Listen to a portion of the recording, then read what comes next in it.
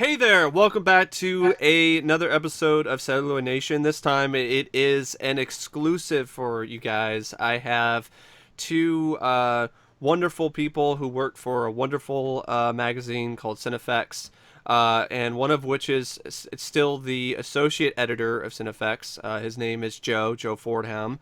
And I also have with me Jody Duncan, who was also an editor for the magazine and was there from pretty much the beginning. So, yeah, I'm really excited to do this because I'm a huge fan of this magazine. One of my first, I'm really interested in behind the scenes stuff, especially a lot of the old school 80s, 90s movies and stuff like that. And I have like an extensive collection of making up books and things like that. And one of my first introductions to that world was through Cinefex, and I got some back issues from Goodwill when I was a kid. So that just kind of started a lot of the things and started that fire. And I'm just really passionate about all the different types of stuff. And I even have a book called the Encyclopedia Special Effects, which has like an A to Z of all these different other special effects terms. So this is really, really cool. So anyway, I'm gonna ask them some questions. They'll give some answers, and that'll be the exclusive podcast for you all. So I'm gonna start out with question number one. How did the magazine start? Whose idea was it? And what were the challenges and difficulties with the launch? Okay, well, I guess that's me since I was there. Oh, and by the way, I still am the editor Oh, of I did Cinefex. not know. I did Yes, not know. still am. My bad. Okay, that's all I right. feel so bad. Don't feel bad. I just unless you know something I don't know, I should. Oh, I'm so bad. Okay. Ah. So how it started was Don Shea, uh, who was in the Air Force at the time, and actually got passed over for a promotion, and he was kind of like, well, screw this Air Force thing. So he was a little put out by that, but wasn't sure he wanted to stay in the Air Force anyway. And Don had always been interested in visual effects and had been writing about them really ever since he was a kid. Mm-hmm. He did the definitive article and focus on film on uh, King Kong, and Oh. interviewed Willis O'Brien's widow, and was given access to all kinds of materials for that. Anyway, he'd been doing that. Then he was writing for a magazine that was called Cinefantastique. Oh, I've heard of that one. That's a good Yeah, magazine as well. Yeah, I wrote for that one too. yeah. Oh. I don't know, Joe. You might know. Is I, Cinefantastique even still publishing? I believe it still has an online presence. The founder of Cinefantastique passed away in the 1990s, but I started out Don and I have a joke that that's a skeleton in our closet. We both wrote for Cinefantastique. Right. Okay. And Don wrote a huge Close Encounters of the Third Kind article for Cinefantastique, and this is, kind of in his free time he was doing that. Mm-hmm. And he just felt like because Cinefantastique didn't devote the whole thing to visual effects. Obviously, it had other disciplines it talked about. And Don decided that the discipline of visual effects had changed and become exciting enough that there was room for a magazine that was completely dedicated to that. So he decided to start that. He made the decision, I'd say, like 1977. Worked on it for like a year. Did everything himself. Wrote every word of that first issue, which was oh God, I should know this. It was Alien and Star Trek. Yeah, Yeah, the motion picture. Yeah. Right. Thank you. And and then he and I would just go around to comic book stores with boxes of magazines saying, hey, do you want to carry our magazine? I remember we went and handed out flyers at people who were standing in line for the Star Trek movie. Most of them wound up on the ground, unfortunately. And we finally ran into a distributor that said, hey, we can distribute this. And we went to a few Comic-Con or, that sort of thing, and had a booth, and it went from there. That's That's a really cool story. That shows that you can go from a freelance thing into a bigger thing, and that's really cool. Well, Something perfect. interesting. Can I say something interesting that Dom did that Yeah. everyone told him he shouldn't do? Which is Cinefex. If you ever get a hold of that first issue, Uh huh. it looks just like it does now, basically. The quality of the photography, everything, Yeah. the printing. What now? Most people like Cinefantastique, they start off with doing a kind of, well, what I would call, what they called in the old days, mimeograph. Yeah. Do these little newsletters, and then they'd slowly but It's like surely a build. fanzine, right? Right. Yeah. Don did that. He started, it was kind of a top drawer from issue number one. Yeah, that was definitely a big risk, I would have to think, because it's a startup thing, and you're starting with the best of the best, and that's probably more expensive, I would think, to produce, wouldn't it Oh be? yeah. Oh sure. It was very expensive to produce. You took a big chance. I think it paid off because it definitely stands the test of time. One of my earliest issue is from 1981, and it's older than I am, and I found it at a garage sale, and it's in like really good shape, and that just shows how good the quality is of the Which one is magazine. that, Mike? It's let me grab it real quick, as I have the stack here. Um, it's okay. Yeah, it's on top here. It's issue number 5. Yeah. Which is what I can't remember. What's on the cover of 5? Medusa from Clash of the Clash of the Titans. Titans. Oh, okay. My first one was Blade Runner, shortly followed by the ET cover. Ah. I, Blade Runner was number 9. I happen to remember. Right. Yep. mhm. It- I I don't was have what those two yet. they're very hard to come by. Although you can if you want, if you're an iPad user, you Yeah. can access those through our iPad app. But I was not one of the people standing in line that threw the card on the floor at Star Trek. But I was just a reader when I started out, and Uh-huh. I used to buy my copies of Cinefex at Forbidden Planet when it was on St Giles Street in the 1980s, and it was. Uh, like you say, just like the Cadillac of magazines. When Yeah. if you wanted to know everything about a movie back then, I couldn't believe it when I was flipping through the magazine, and the quality and the depth, Yeah. the length of the articles was what really made it stand out from everything else. It's still a very valuable resource, especially for certain films that haven't gotten behind the scenes documentaries or featurettes or in depth stuff on home video. So, like, if you really want to figure out how certain effects are done, like even if there is like an in-depth documentary, they don't just strictly focus on the special effects. So if that's what you're really into, like Cinefex like gives you all of that, like in depth as humanly possible, and that's just really cool.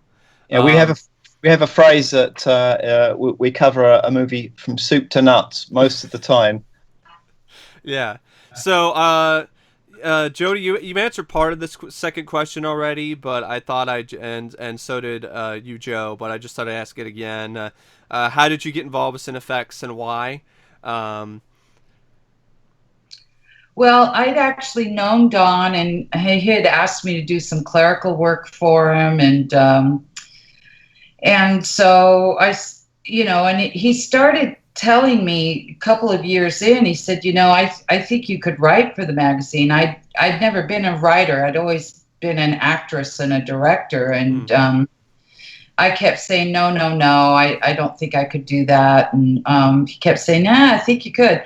And eventually he wore me down. And so I started, I think my first article I wrote was for Cocoon. Ah, Uh, yeah, so that tells you how long ago that was. And, I was pretty terrified, but he helped me, of course. Don's a very good writing teacher, actually. And he gave me a lot of pointers and helped me along the way. And I got a little better at it. And eventually, I guess it was in 1992, mm-hmm.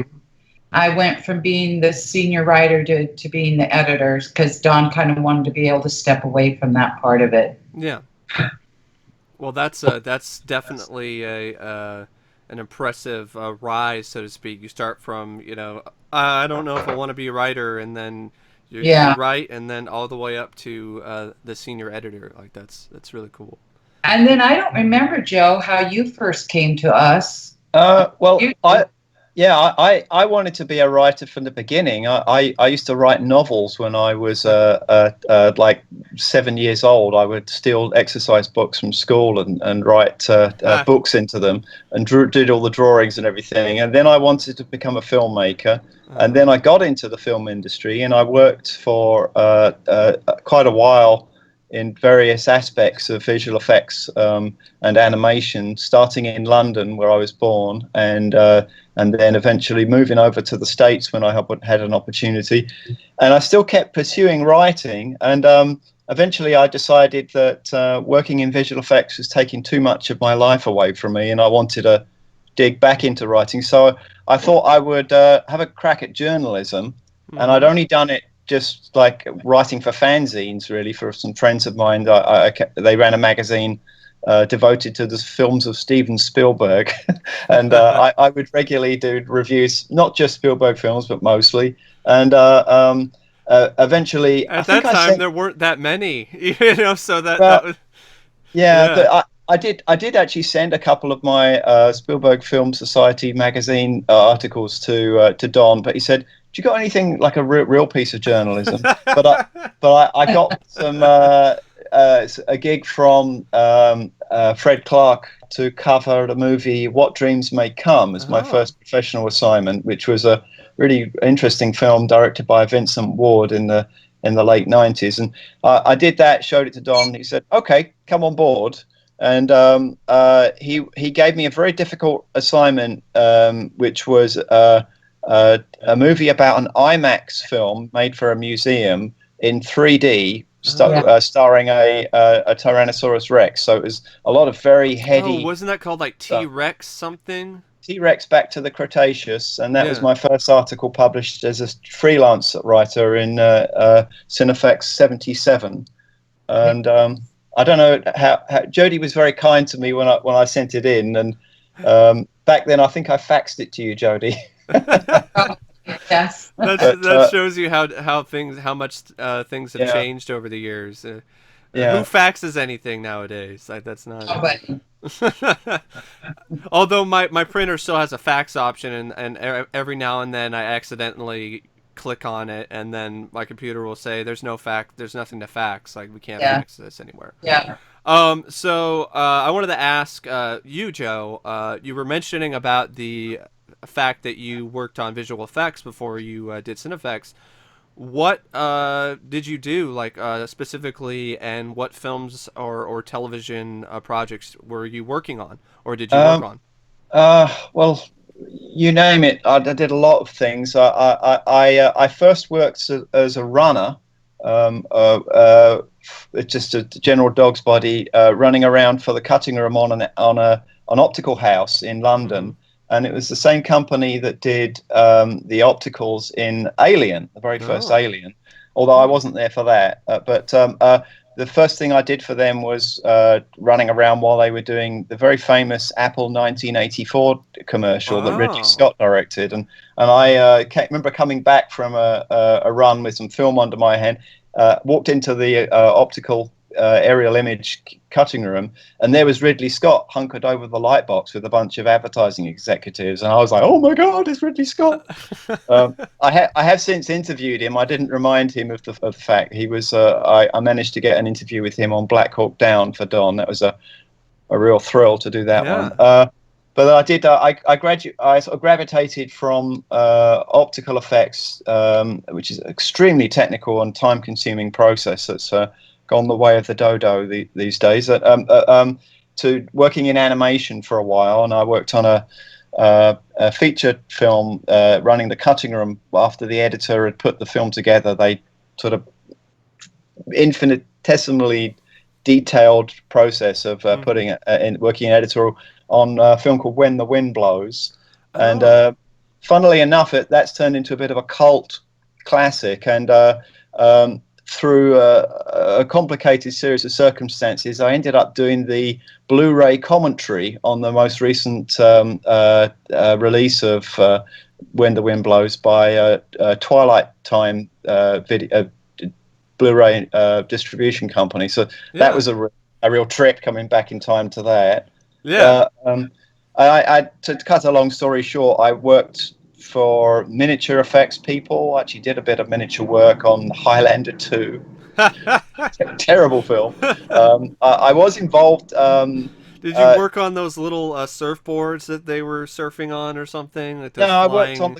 on the castle, the big castle underneath the laser sky. Yeah.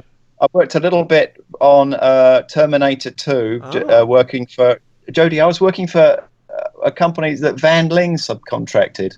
We did. Oh, Yeah, it was a small world, but Van Ling was a friend of Cinefex, and Don has a very close relationship with James Cameron. So it's kind of funny how things overlap. You never know who you're going to meet because they'll turn up in your life later. Well, yeah, it's like me interviewing both of you. Like, I didn't expect Yeah. this to ever happen either. No, So that's really cool. Yeah. I worked for a guy called Ron Thornton who passed away a couple of years ago, and I actually wrote a memorial for him that you can find on the Cinefex blog. Ron did miniature effects, and then he morphed into doing very early computer graphics for television, among which he received an Emmy for Babylon 5. I worked on the. I actually directed a little bit of Babylon 5 that was for a second unit. They needed some television broadcasts to appear on screens, and that was my claim to fame on that. That must have been pretty thrilling, to direct something. Yeah. It was, and then after that, I put in 5 years working in creature effects for Steve Johnson, who's cool. That's really cool.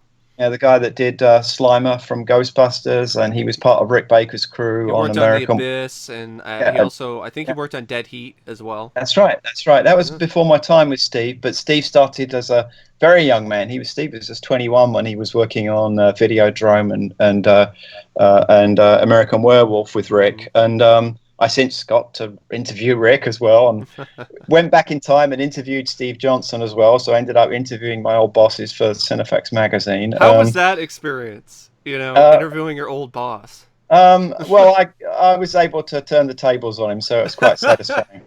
Just kidding, Steve. Yeah, but so I've worked in a lot of disciplines, and it really gave me an appreciation for what it's like actually being on a set, working in a big sweaty workshop with smelly guys with saws and chemicals, and still when I go back to like a makeup effects studio, I kind of feel like I see people working away at a bench and they go, "Oh, hey Joe," because a lot of people pass through the door at Steve Johnson's studio who have gone on to become Oscar-winning makeup artists and have their own studio, or they've morphed and transformed into computer artists. So it's pretty interesting, a very varied career.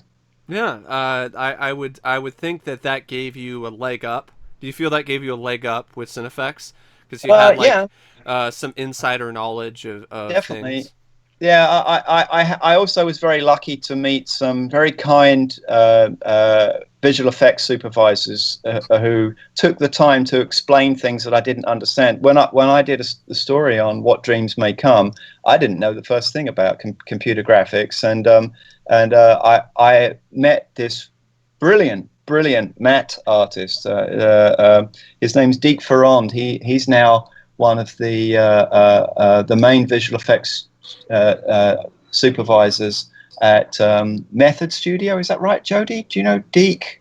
I know Deke. Yeah. I thought Deke had his own thing still, but Deek was working with he's a Swiss gentleman, and I had met Deek when he was in creature effects, but he turned into a painter and a matte painter. Rodeo. He's at Rodeo Effects. Rodeo. I beg your pardon, Method, and is at Rodeo, but and Deek explained everything to me that I needed to know to understand about matte painting.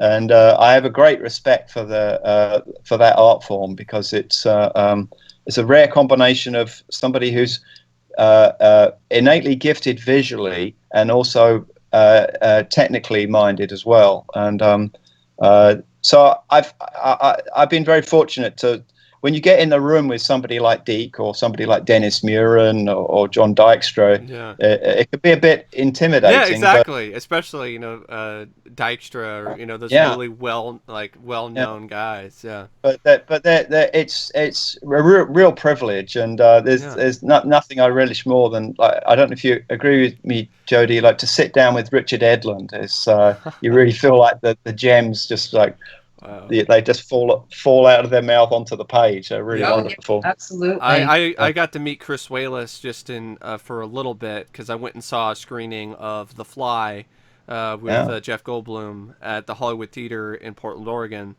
and I told him how much I appreciated his work and stuff like that, and I actually made it a point to mention his direction for The Fly 2, because I thought he did a really good job. I actually liked The Fly 2. I know a lot of critics didn't really care for the film, but I'm a big fan of it.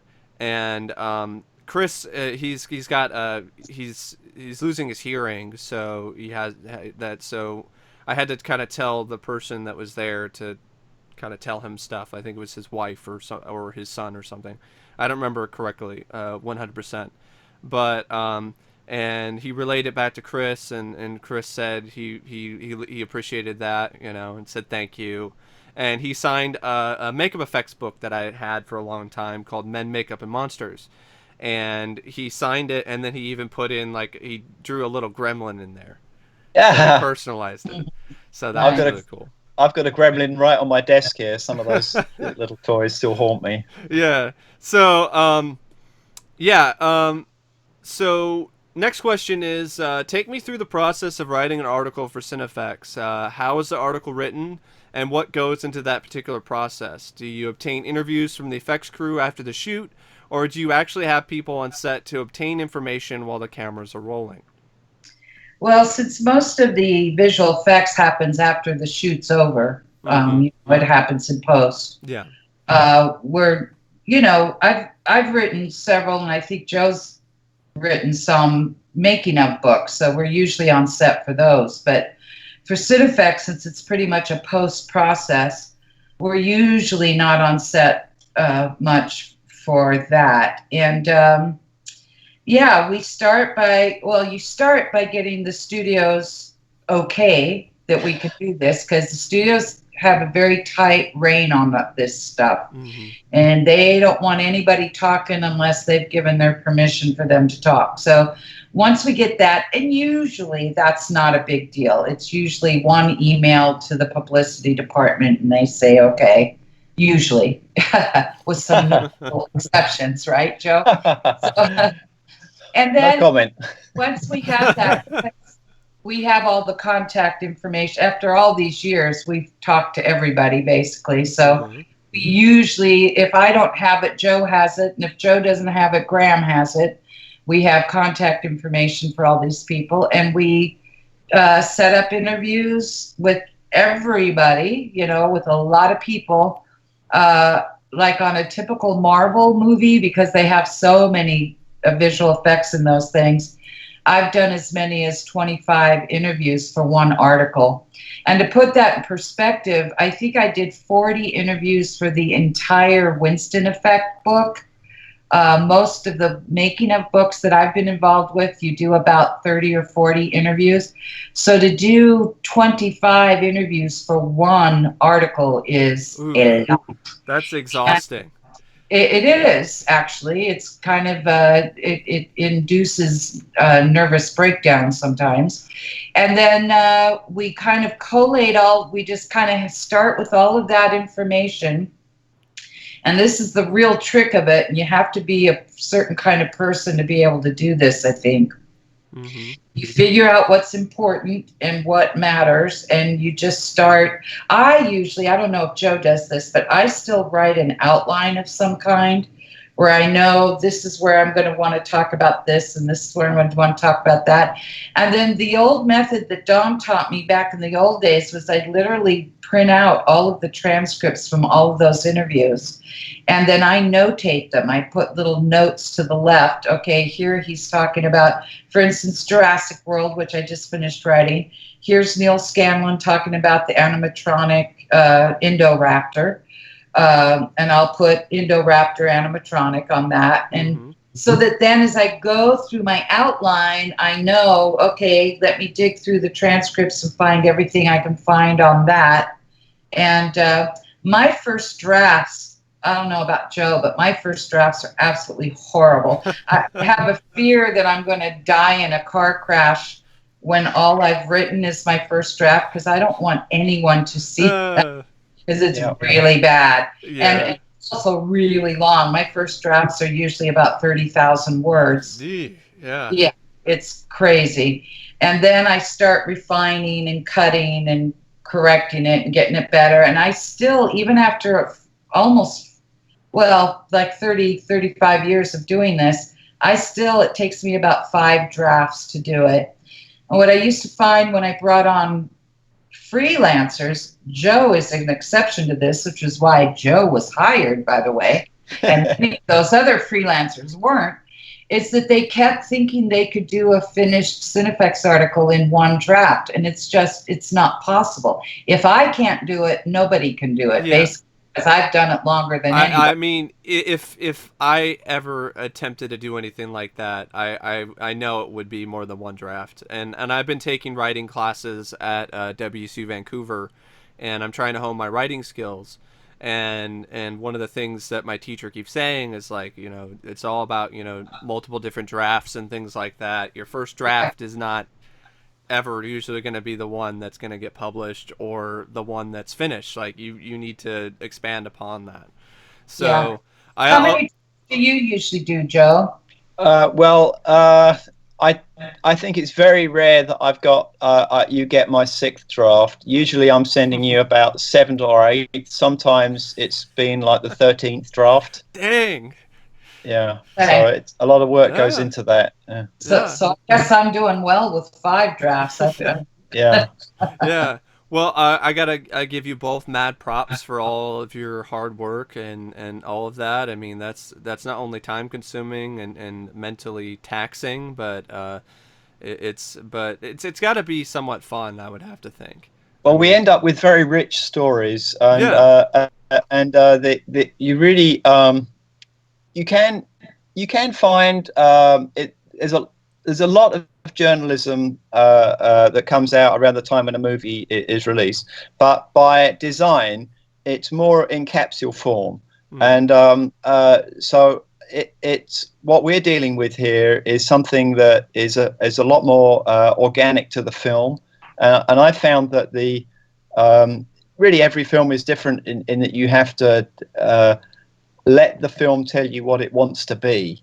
And the filmmakers have been through this process themselves, and the trick is, as Jody mentioned in the beginning of our conversation, you really just got to listen. You got to listen to the film, listen to the story, listen to the filmmakers, and it's hard to predict who that's going to include, because I don't want to talk too much about what I've got on my plate here right now, but I'm approaching some very interesting departments of this particular story that some of which I don't normally go down. So you'll lift up every rock and see what crawls out, and more and more these days. I think Jodie's finding this too. We're finding that there are some real riches to be found by really shooting for the moon and going for the directors, for the people that are really doing that.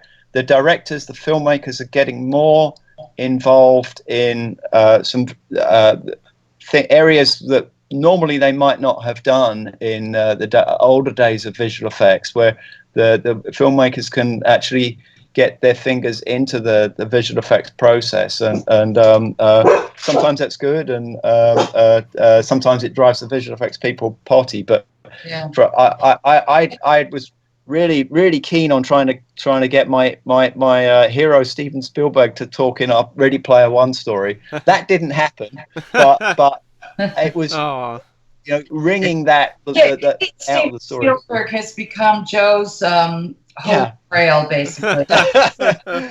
I've tried 8 times and never actually got him, but Yeah. that might change. Who knows? You know, a good example of what you're talking about, though, Joe, is that just popped into my mind is the movie Passengers, which Yeah. didn't do that well. I kind of liked it actually, but it became very clear that the biggest story on Passengers was the production design. And we sometimes interview production designers, but usually we don't. But in listening to everything, I just found that from the design of that ship to all the different eras that were represented within the ship, I thought, man, the production design is really one of the more interesting parts of this movie. So I wound up having a very long interview with the production designer on that guy. I forgot his last name, but anyway, Guy Dias. yeah, Guy Dias, and really that article, even though supposedly it's a visual effects article, really heavily weighted to the production design because that was what spoke to me in that project. Yeah. I Yeah, we mean, speak to some very smart production designers that to them the visual effects just it's so endemic to what they're designing.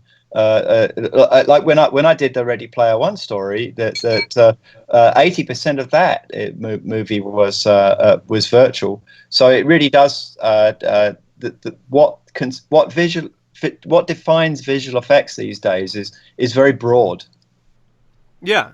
And you definitely have to use creativity in the way you structure the articles, and I really like that about the magazine is that yes, there's a lot of detailed terminology that you might not necessarily understand sometimes, but and it can be a little bit, it can be technical and stuff like that, but it's the structure that I find really engaging. Like it's you get all that information and everything, but it tells its own story. It's in a lot of ways it's like an essay, like a creative nonfiction essay.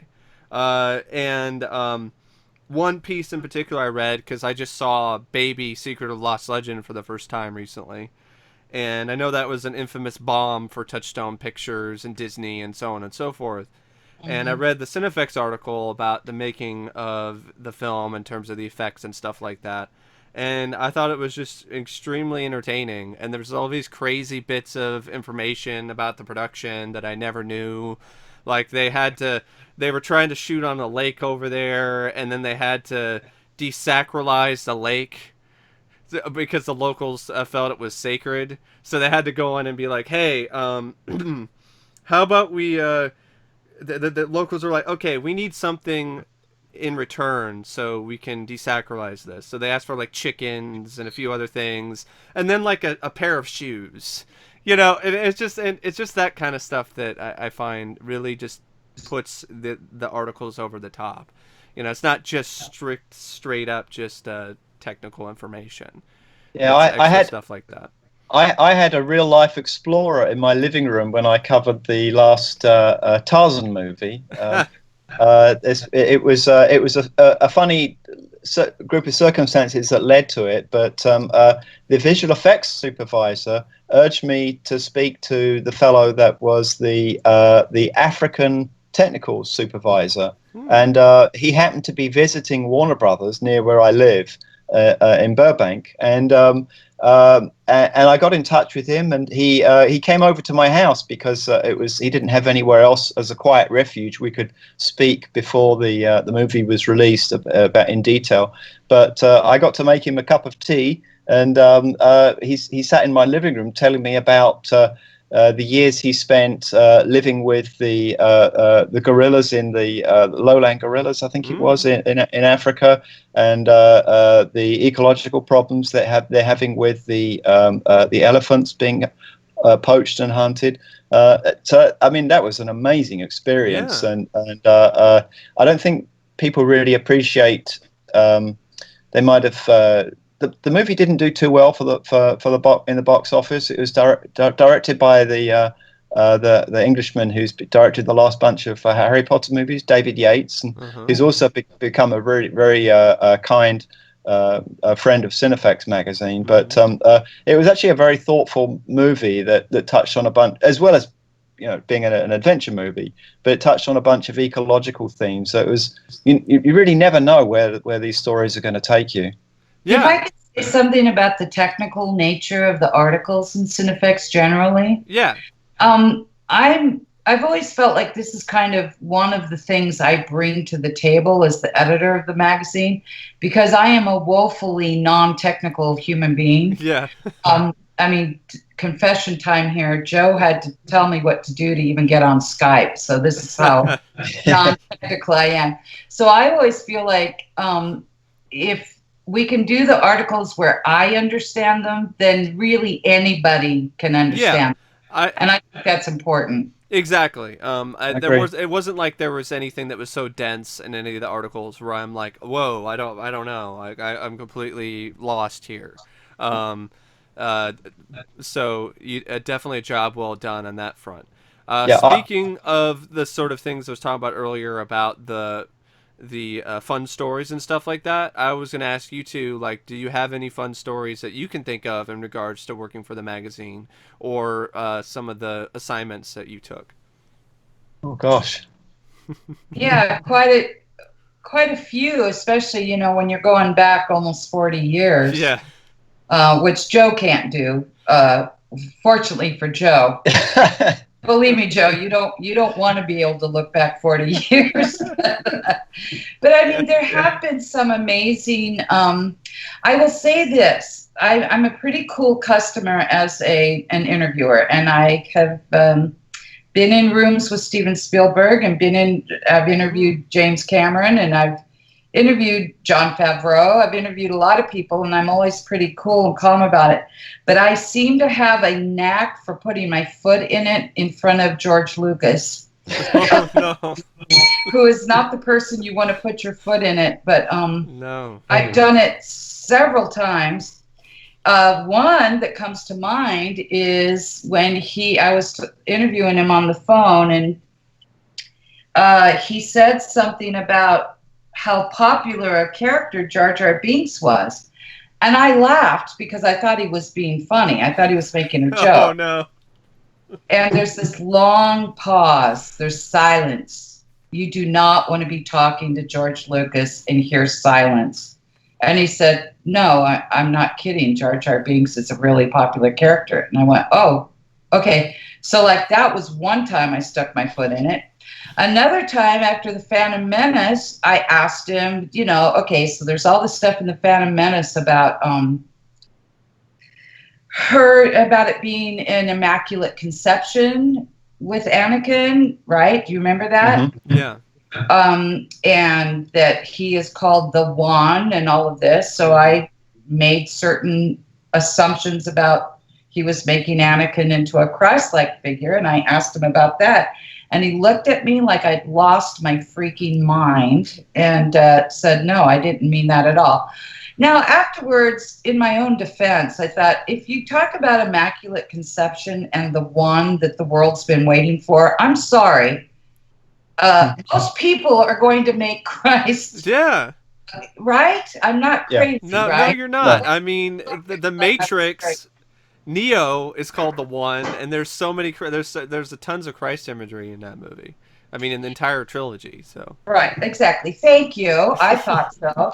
And then finally, my one little small. Well, I have a few claims to fame, but my favorite is, and you can't hear it because there's a battle going on. You'd have to listen very carefully. But in Attack of the Clones, I happened to be in the looping room when Anthony Daniels was doing his C-3PO dialogue.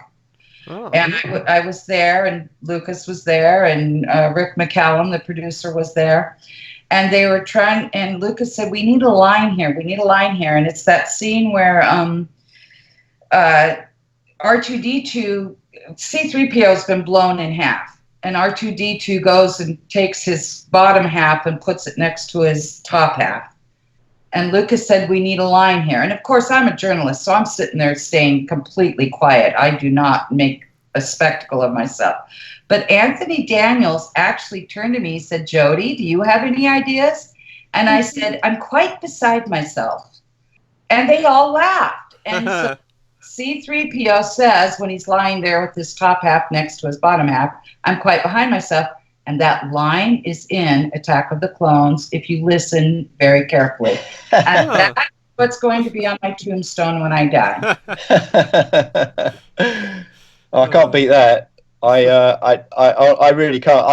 I'm a Patcrat, so although I've been with Cinefex for what 10 years is it? Oh, closer to 15, I think. 15. Oh, yes, you're right. 15 years. Sorry, time flies. So I've got a garage full of boxes of files, and I've got all the audio tapes, every audio tape, and so but I think probably a couple of my favorites were I was most terrified to finally get an interview in person in New Zealand when I went to visit the making the Two Towers.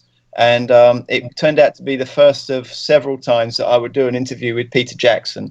And somebody told me afterwards they saw me sitting outside his office and I looked as white as a sheet because my heart was in my mouth. And but people said, you're actually going to get to talk to Peter? Oh my God, I've been finaling shots for weeks and I don't get like 5 minutes with him, and they were going to give me like 20 minutes.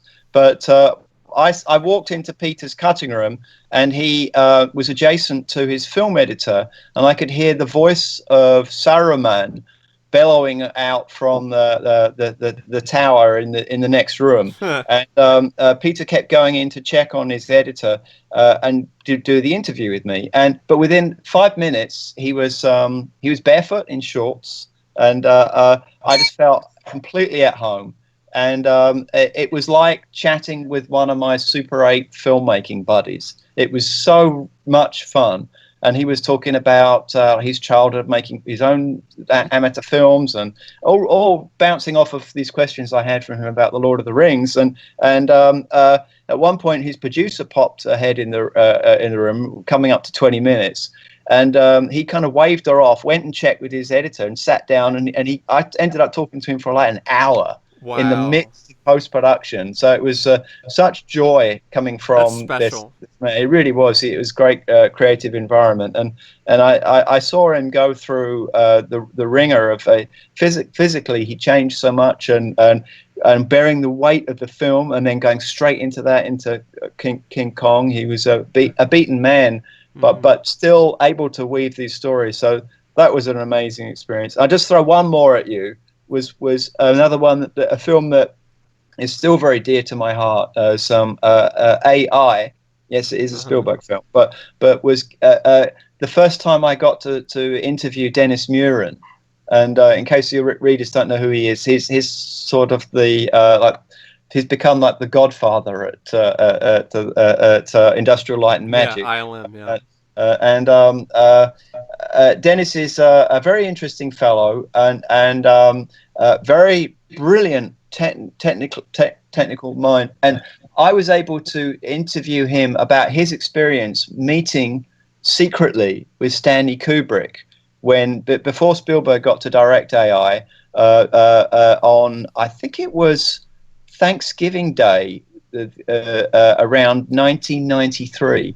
Where Dennis and his producer from ILM flew out on like a red eye to meet with Stanley Kubrick in Kubrick's mansion in St. Albans in England, because Kubrick had recently seen or been reading about Jurassic Park, and they gave Stanley a lowdown on what they thought they could do to bring to life some of the visions for AI, and that version of the film was never made. But I got Dennis channeling Stanley Kubrick, and it was because Kubrick by then was dead, and I ended up not getting Spielberg for the film, so it was a really important interview. And as I was coming out, I was like kind of shaking a little bit, and the publicist at ILM at the time, Stephen Keneally, he said, "That was a really good interview, Joe."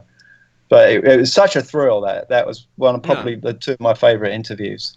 That would be for sure. I mean, to talk to Yeah. somebody who is that involved with that company with ILM.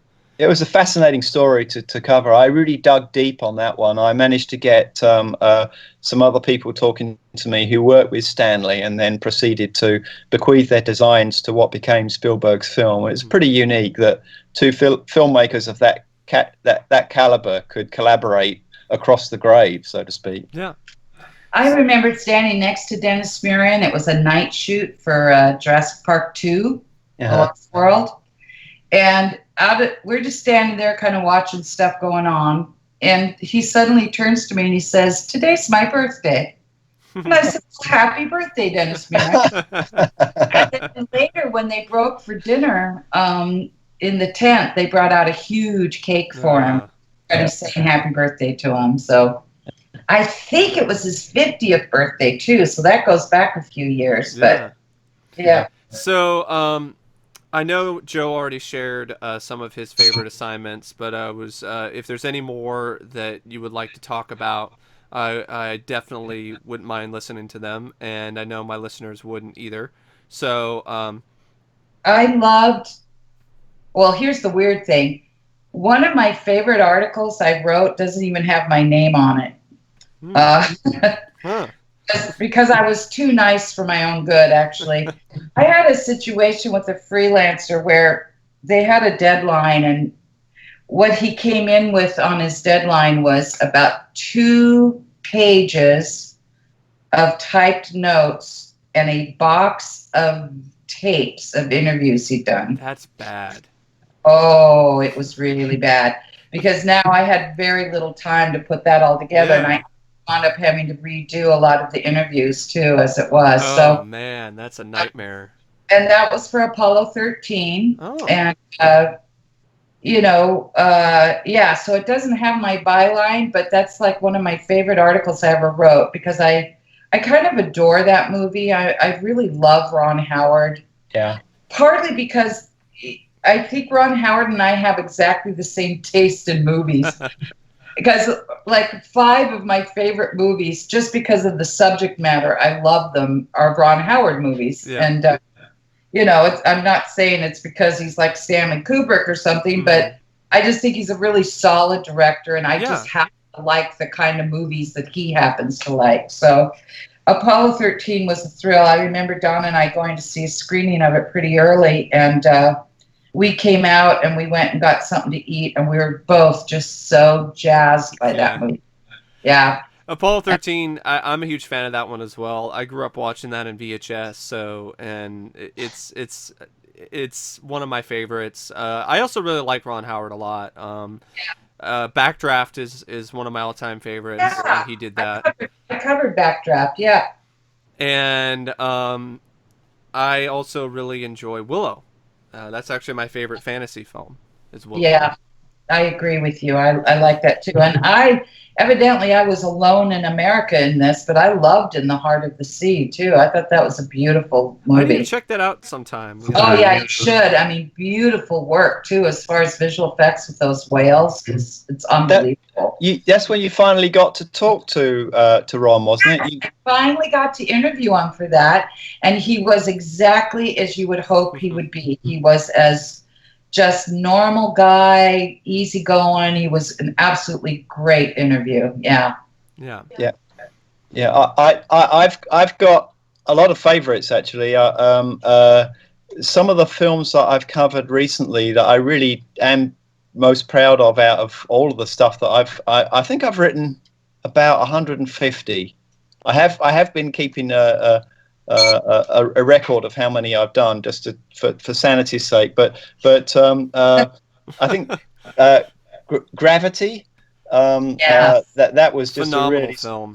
Special movie, and I have to admit, I'm kind of I feel a bit embarrassed to say, but I actually turned down the opportunity of speaking to Alfonso Cuarón because the only way he could speak to me was before I saw the movie, and I was hearing such amazing things that I thought I wouldn't have an intelligent question for him at this point. But after I saw the film, I just hope he got to see our article, because that movie made me question everything I take for granted. I basically had to go to from scratch and say to visual effects, was it Tom Wood, the visual effects supervisor? I should know, he got an Oscar for it. Yeah. So how did you do it? How did you do Yeah. it? Yeah. I met a special effects man. For your readers, just to qualify, visual effects are the people that handle the overall visual effects. Special effects is more specific to the mechanical effects. So I remember speaking to a special effects supervisor about a completely different film, unrelated. But I told him I'd just finished covering Gravity, and he said, "Oh, let me guess," because nobody had actually written anything about how it was made. But he thought his guess was that they actually filmed it all underwater. Oh, really? Huh. Yeah, Wow. this is a Wrong. not that Wrong. at all. Wrong, yeah. Yeah. But that was a special film. And more recently, I'm very proud of the story that we did for Christopher Nolan's Dunkirk. Because Oh, Chris has become another one of those filmmakers who he's a real friend of the magazine. And people in the industry really respect his intelligence, and I think the studio might be a little bit afraid of it as well, which works well for us because when you got Chris on your side, everything's okay. But he was very generous with that. I got to interview him for that, and it was just a really unique story, a unique movie, a very visceral thing. I was really starstruck to get an interview with Bob Zemeckis. Oh, wow. Yeah. Robert Zemeckis, I was astonished to find, had never spoken to Cinefex magazine, Huh. although I think we covered pretty much nearly everything he'd done. And I was the lucky person to pull the walk. I don't think that's true, Joe. We did talk to him before. We did. I mean, he may not have remembered, but we did. No, I looked into it because I did you may be thinking of a making of book because I don't think it's in Cinefex. I might be. Yeah. You're right. I remember you told me an anecdote about Janine interviewing Bob, but I won't go into That's it. what I was remembering. Yeah. But not pleasant experience. Yeah. Yeah, but I was scared to speak with Bob because I'd heard that he's a very strict man, very demanding of the people he works with. That's not something you hear on the outside, from someone who's just watching, Look at his films. They're all puzzle boxes. Every one of them. He's like a magician, and but I think what he does respect, and I heard some people who work with him, is people who really know their work. They don't waste his time. So I was incredibly prepared for that. And it was a special film for him, The Walk. He'd been trying to make this film for like 10, 15 years, maybe. By the time we got to talk to him, he spoke to me from his family vacation in Italy. So it wasn't the best of audio connections, but it was just a magic interview. And I really loved the film. Yeah. So those are three that yeah, with Gravity especially, that changed my whole view of what visual effects can be nowadays. Because I saw that and I was thinking a lot of it's done practically, and then I see the making of stuff, and then I'm like, wow, a lot of that actually wasn't done practically on a set. It was CG, and it was just like, wow, it's amazing. But the clever thing though is that they knew what to film, and they knew what was important. They knew the film lay in the faces and the eyes of the performers, and they had enough of an instinct about what would look good and what they needed, so that they came up with some very innovative ways of putting the performers in a position that they look naturally like they were in zero gravity, and they look naturally like they were being lit by the planet Earth. It's a lot of very unusual stuff. It's the sort of thing, it's very hard to summarize, but it was a real effort to put that story together. But I think I was pretty pleased that we nailed it. Yeah. So, I'm forgive me, it sound like Porky Pig there or something. I guess my nerves are kicking in finally. So you talked about your favorite assignments. What are some of your least favorite assignments? Okay, I'm going to tell on Joe and say that by the time the Harry Potter movies were over, I think Joe was like, if I never have to cover another Harry Potter film. Am I correct about that, Joe? Well, they're very well made films. They are very well-made films, but you were sick to death of covering them. I'm sorry, but you were. Because poor Joe kind of, I don't know if it was the English thing or what, but poor Joe just kind of got, it's like year after year after year with Harry Potter. Well, the cover we got for the first Harry Potter film was of little Harry sitting on his broomstick in a Quidditch pitch, in a Yeah. Quidditch match, and some people have mistaken me for that character. Yeah, that's right. So I don't know. I don't want to tell you what your least favorite was. What was your least favorite? Me? Yeah. Oh, well, can I say it on air? Okay. Spy Kids 3. Well, that movie's terrible. So I'm going to tell something I've never told publicly before. I had written the story and enjoyed speaking with the filmmakers. I went to see the film, and it's the only time I actually called Jodie up. And should I say this story? All right. Well, I started, so I finished. I actually asked Jodie if there was any possible way that we could kill the story and I could write something else in 2 weeks. I just felt that I hadn't told what the film was like, because I thought it was worse than Amateur. So, yeah. Oh, I shouldn't say that, but I have now.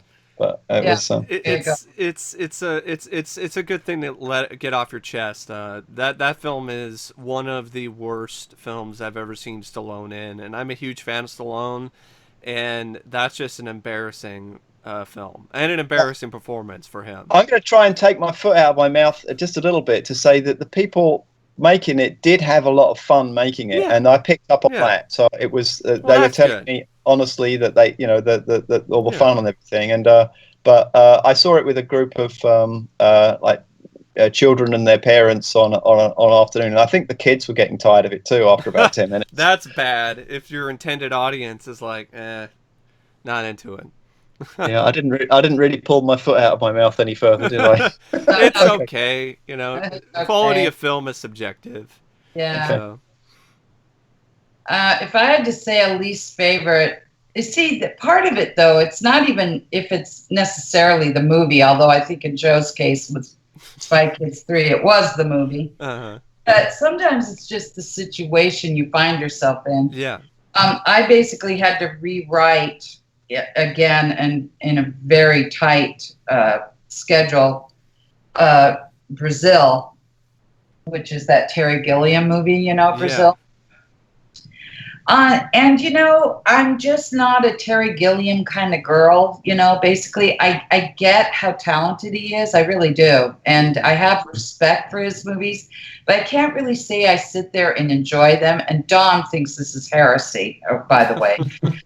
Don thinks Brazil is absolutely brilliant, and Munchausen is brilliant, and he loves Terry Gilliam movies. And I had to rewrite that in about a week, and I really wanted to pretty much slit my wrist. I also have to say, I did not enjoy the Star Wars prequels articles that I had to do, because I also wrote 2 of the making of books for those things, and I was pretty much Star Wars prequeled out. Burned out. Total burnout. Yeah, total burnout on the whole Star Wars. I mean, how many people go back and actually watch those prequel movies now? I do. There's more people. There's been a recent outcropping of people who are like, compared to the Disney movies lately, they're like, we're more into the prequels, I guess. There's more people like that. Yeah, there are people. It's a fringe group that's getting larger and larger. Like, I'm revisiting the prequels now, and I'm like, really, they're not great, but they seem to respect some things a little bit better than what some of Disney's, especially The Last Jedi. The Last Jedi, to me. I do wonder if people were just gunning for them from the beginning. You know what I mean? Yeah. I wondered that, if people were just like, no, the first 3 Star Wars movies are so precious to us. No matter what you do, we're going to hate it. I don't know if there were that out there, but I wondered if When there the was. prequels came out, like especially the first film, like a lot of the fans were giving a lot of positive praise. It wasn't until years later when this whole thing, the narrative started to change, and fans were like, "This sucks" or "This is bad" Yeah. or whatever.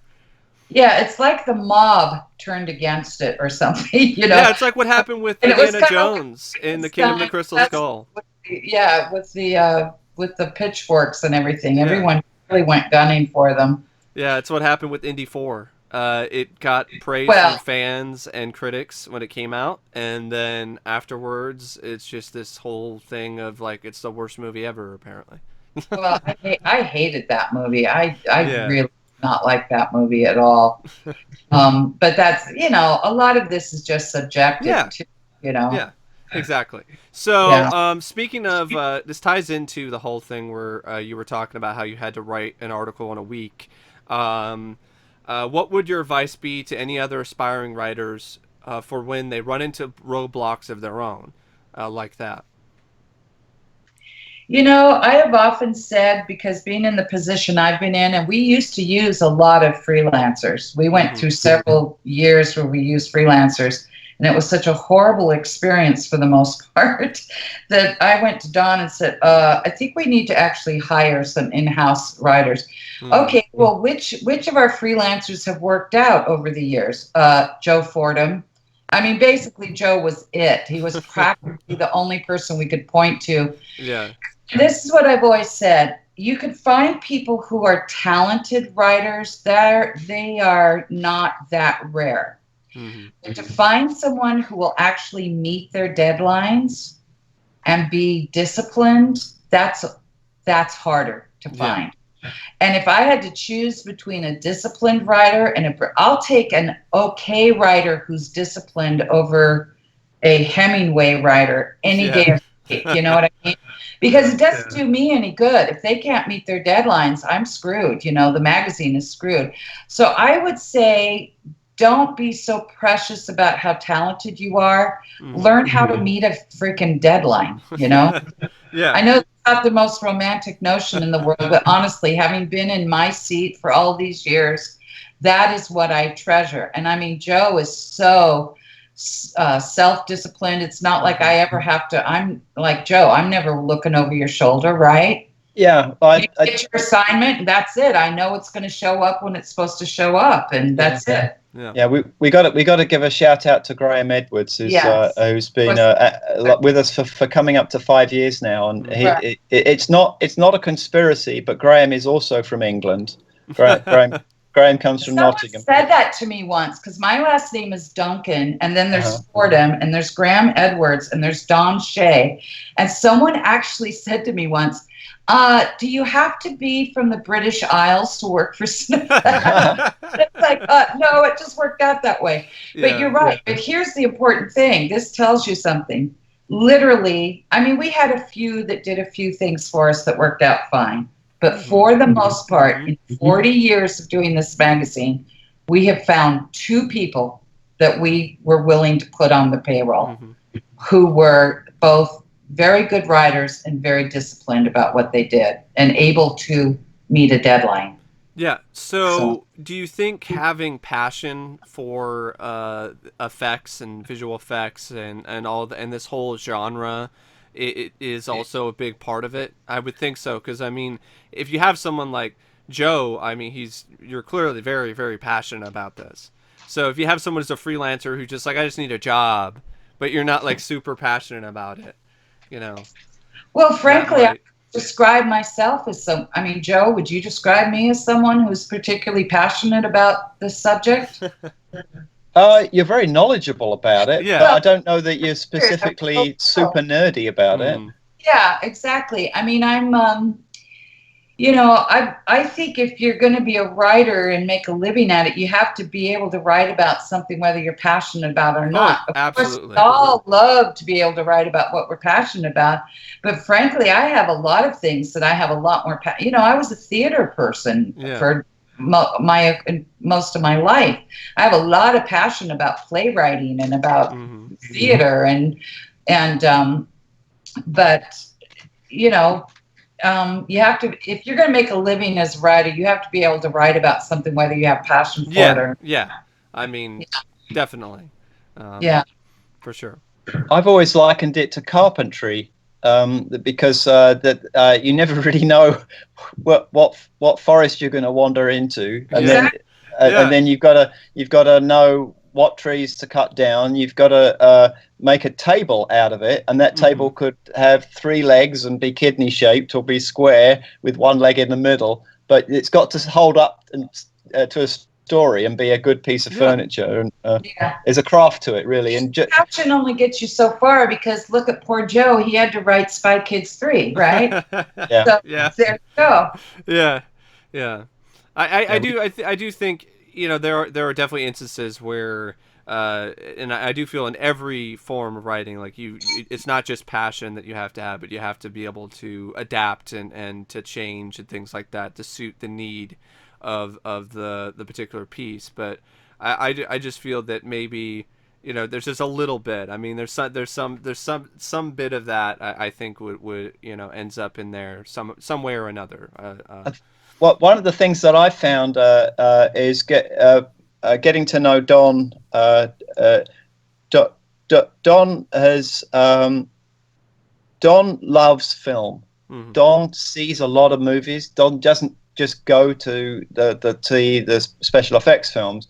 And I really feel that as a commonality that I shared with him on that. So I think that's where he's coming from, and he has a certain flavor of film that he likes, and he's also an extremely talented writer and a very very nice guy. But it really comes from Don's love of film.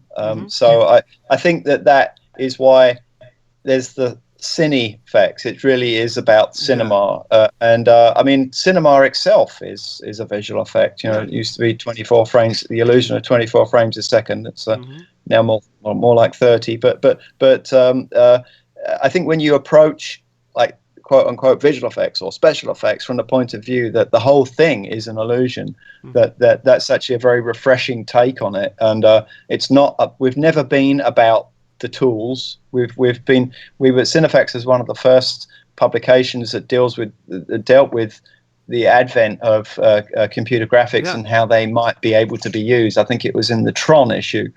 So we were ahead of the curve in that respect.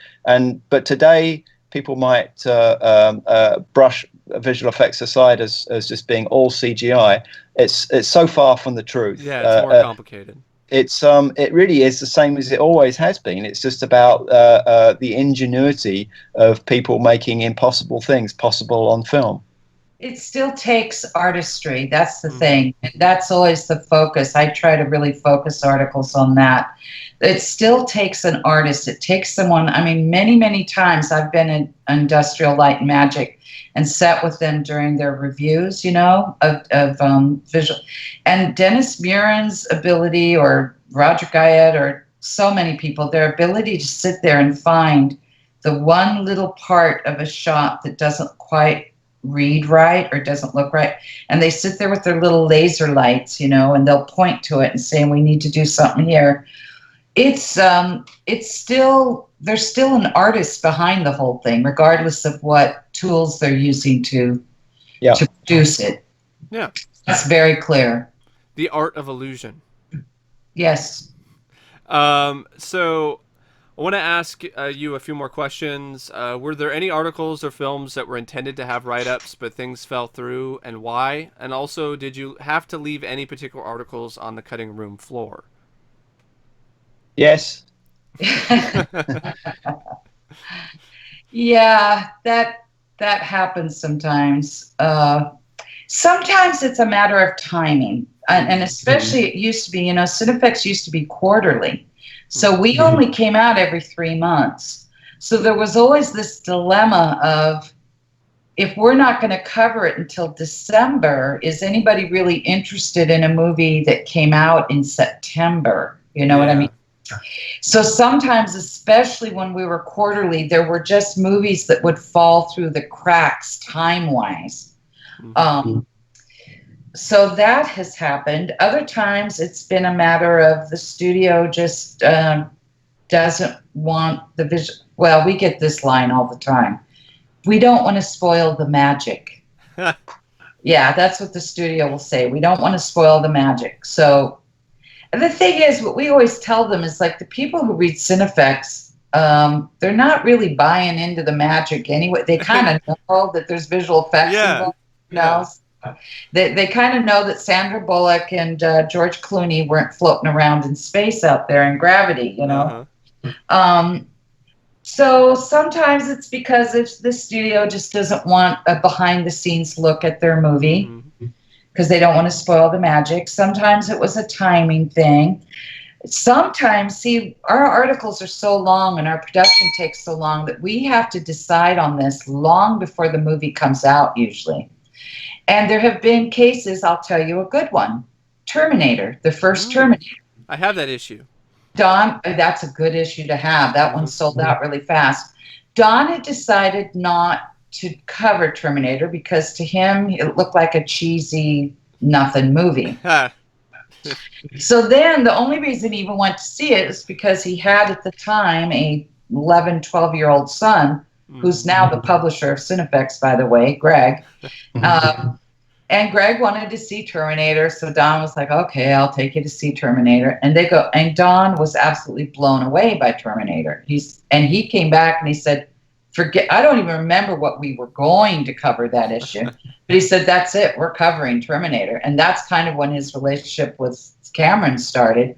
And we did quite a wonderful big article on Terminator, and I'm so glad we did. And that was just a case where we didn't know beforehand that it was going to be what it was and spawn what it spawned. But once he figured it out and saw it, he said, that's it. I'm ditching everything. We're going to cover Terminator. And then, of course, we've covered, I believe, every Terminator since. I did an assignment when in my freelance era, and went and interviewed everyone, wrote the story, delivered it. I think it maybe got as far approved and from all our production end, and the studio at the time then did a backtrack because something rather horrible happened in the world, and they didn't want their movie to be perceived as insensitive, and it would probably seem mind-boggling now that movie was the Matthew Broderick film about Inspector Gadget. Yeah, They pulled it. Yeah, Disney pulled it because there was a scene in it where anyone who knows the cartoon character knows he can open up his long trench coat and pull out all these pointed missiles and weapons. That's in the animated cartoon. Just as we were finalizing, I delivered, and Don paid me, bless him, for my story. Columbine happened. Oh. Yeah. So that was extenuating circumstances, and you can understand why Disney would be nervous. So I'm not blaming them, but that's a story was. Don invested quite a bit. You know, I had a pretty interesting stuff all about Inspector Gadget's car and everything, and that story never saw the light of day. So it has happened. I remember meeting you, Joe, at that outdoor restaurant in Burbank. Right. Yeah. And we sat there and went through that Inspector Gadget article, paragraph by paragraph, practically. And we put a lot of work into that, but a lot of work. Yeah. So those things happen. You know, recently we wound up being very sorry that we hadn't covered Wonder Woman, for instance. It was just an editorial decision we made. You know, some of the DC movies hadn't done great, and I don't know. We just kind of, and then it came out, and we all thought it was really good. So we said, you know what, we're pretty late to the party, but let's go ahead and cover it anyway. And we did, and I think that turned out to be a good thing. Yeah. People who read Cinefex cannot be people who want their visual effects information in 144 characters 2 seconds after the movie comes out. Yeah. Because we can't do what we do in 2 seconds. It takes a long time to put these things together. So, but we've never really gotten many complaints about that. Most people just understand a movie may come out in October. We will cover it in December. but we're going to cover it like nobody else is Yeah. going to cover it. And you just have to be willing to delay your gratification for a couple of months. Yeah, and that's why it's such a high quality product, is because you take your time with it and let it grow, and it's been that way since the beginning. So speaking of the magazine and different sort of changes and so on and so forth, why did the particular format of the magazine change around the year 1992, and what was the driving force behind that change? Because I know earlier it was just okay, you had like maybe a little introduction, and then you had like sometimes there were 2 articles on 2 films, and sometimes there was maybe 3 or 4. But around 1992, I noticed there was smaller things like let's talk about some effects for made for So, TV film or yeah. a commercial or and stuff like that, and editorials and all that.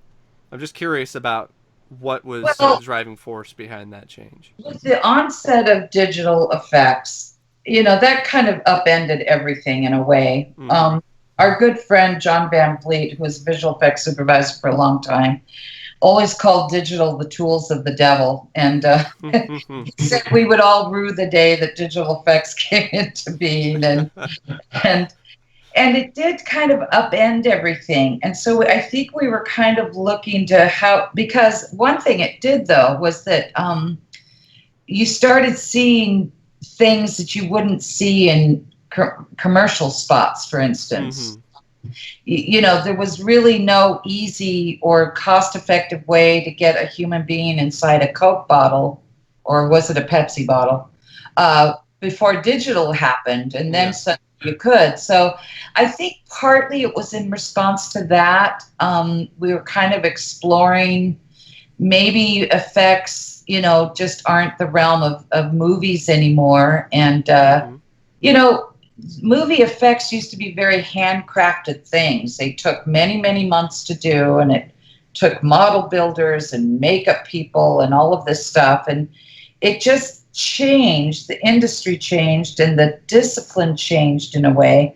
And I think that was just us trying to find our footing in that new world. Ultimately, we decided that regardless of what tools were being used, we decided to go back to being classic Coke, basically. So we decided it was best to go back to doing what we had done before. Yeah. I don't know, Joe, do you have any insight to that other than that? Well, I was just going to say digital, but I think you said it pretty well, and I think it's been a case of recognizing what our strengths are and picking our battles as well. I don't know how many writers you had on. Was it just you, Don, and Estelle writing back those? We may have brought in a few people from time to time, freelancers, to do a thing, but I think it was pretty much just us. Yeah. Strangely enough, you would think it's a lot less work to do like a 4-page article than it is to do a 20-page article, but in a weird sort of way, it's not, because you still have to kind of get all of the information before you decide what your 4 pages are going to be, Yeah. So it's not like you can go in knowing what the 4 pages are going to be. So I don't know. I just think it was something we were experimenting with in response to how the industry and the whole entertainment industry was changing, really. Yeah. So speaking of digital, I was just going to ask you. I know you have the back issues and stuff like that available on the iPad. Like, is it a compatibility problem as to why it's only on the iPad right now? Is there any plans to maybe have it available for other platforms like Microsoft, like PC and the phone, other phones and stuff like that, just for other fans, to maybe get access to it. I did have a conversation with Greg about this, Jody. If I could take this one, it's finance really. Okay. What people don't realize is Cinefex has been going for like 35 years, 37 years, and they think we're like some big organization with like a big, printing press and the staff of thousands, but we're not. It's a family business, and I consider myself part of the Cinefex family, and I think Graham does too, as well. And Don has been able to keep the magazine going for as long as he did, and Greg is now continuing that legacy by keeping it a small scale sort of operation. And there's no frills. The biggest financial investment is in the writing staff, and that to put us on the map with the tablet format took quite a bit of a financial risk for Don to do that, and we had to go back and digitize. We've got a company who went through every we actually did a Kickstarter crowdfunding campaign to fund all of that, and I don't get involved in the financial side of Cinefex publishing, so I'm really literally not being coy. I just don't know the details of it. But it's just how much we get back and how much that we're willing to. It would cost a lot of money to do that, to put us onto all these different formats. Plus, there's one other point: is the iPad format is a closed loop, and and that's the only way we can really preserve our intellectual property, our copyright. That's totally understandable. And there have been unscrupulous people who think it like by buying a copy of the magazine, they own the copyright. It's a completely distorted view of fair use. Yeah, and, exactly. I get very protective of Cinefex, and if I see people illegally sharing homemade PDFs, I stamp them out like bugs, because it angers me that the lack of respect that people have for what the enormous achievement that Don and Greg have put together. So by keeping it on our iPad, we've been relatively lucky that we've been able to keep it secure, and we wouldn't be afforded that protection, quite frankly, if we went to a wider thing. So, and that's the answer to the question that we noticed in your original Cinefex thing. You say, I'm surprised there aren't more scans. The reason there aren't more scans is because Joe is basically Marshall Dillon. Yeah. And he's out there shooting. He's out there. I'll get you. Yeah. Yeah. I'm watching.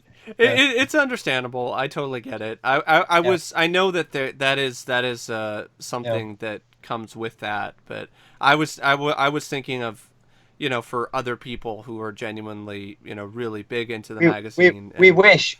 Another part of it is explained in the FAQ on the Cinefex.com site. Is that when we did put the iPad together, it was a monopoly on the tablet industry. I know it's not that now. But hey, if a lot more people subscribe to our tablets, then maybe we'll be able to afford to put it onto a different. Because I was just thinking, if you were gonna do like a different platform thing, you could still find a way to protect it some more by having like people pay a subscription fee or something like that, and then password protected and stuff like that. The problem we've run into, and if someone has a solution to this, we're all ears. But the problem we've run into is there is kind of an attitude that everything should be free online,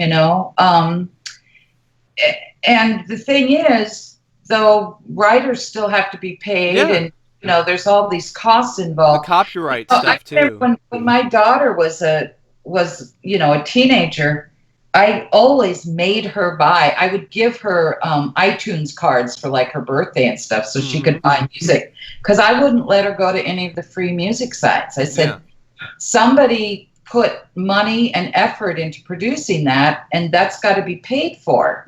You don't just get it for free just because it's out there online. So that it's almost a generational thing, I think. By people who grew up just having all this stuff free. They go, why should I have to pay for it? So it's a difficult thing that everybody's still kind of struggling with what the right model is for that. But that's why. We would love to be able to do that. I mean, you know, the cost of just printing this magazine, if we could do it digitally and Yeah. do it all online, that would save us mailing costs, that would save us printing costs. There's all kinds of things that would be great about that. But we find for the most part, Cinefex fans like being able to feel the you know, like Yeah. Greg's thinking of starting an ad campaign that says "Go analog, read a magazine." You know, Well, I'm which an analog would guy be kind anyway, so you know, yeah, that's kind of how I yeah, am. yeah. I don't think any of us could have foreseen the impact of the whole digital revolution. Certainly not just in effects, but in the whole world. I mean, it changed everything. So, but the fact that we're still here is kind of, as Joe mentioned, it's like a lot of companies, when the money was really big and great in the digital world, they just went crazy, you know. They staffed up, they went and got big buildings, blah, blah, blah. And Don was so financially conservative that he said, no, we're going to stick with our little staff of 3 writers and, you know, 2 people that do all the production side of it. And we're going to stay really, and that's why we're still here. And a lot of other magazines are not. Yeah. That was actually, that ties into the last question I was going to ask. Like, why do you think the magazine has stood the test of time for so long, and what are your plans for the future? You've kind of already answered part of that, and to add to that, I would say that is a big. I mean, a lot of those other magazines, Starlog ended in the early 2000s. Fangoria is coming back, but like I don't know if it's really going to be the same sort of thing. They're wanting to charge like a crazy amount of money for a subscription for the new Fangoria with the new staff and everything. um, and it's only like a handful of issues. So yeah, having it being more conservative with it has made it so you don't have as much of a windfall or anything like that. Right.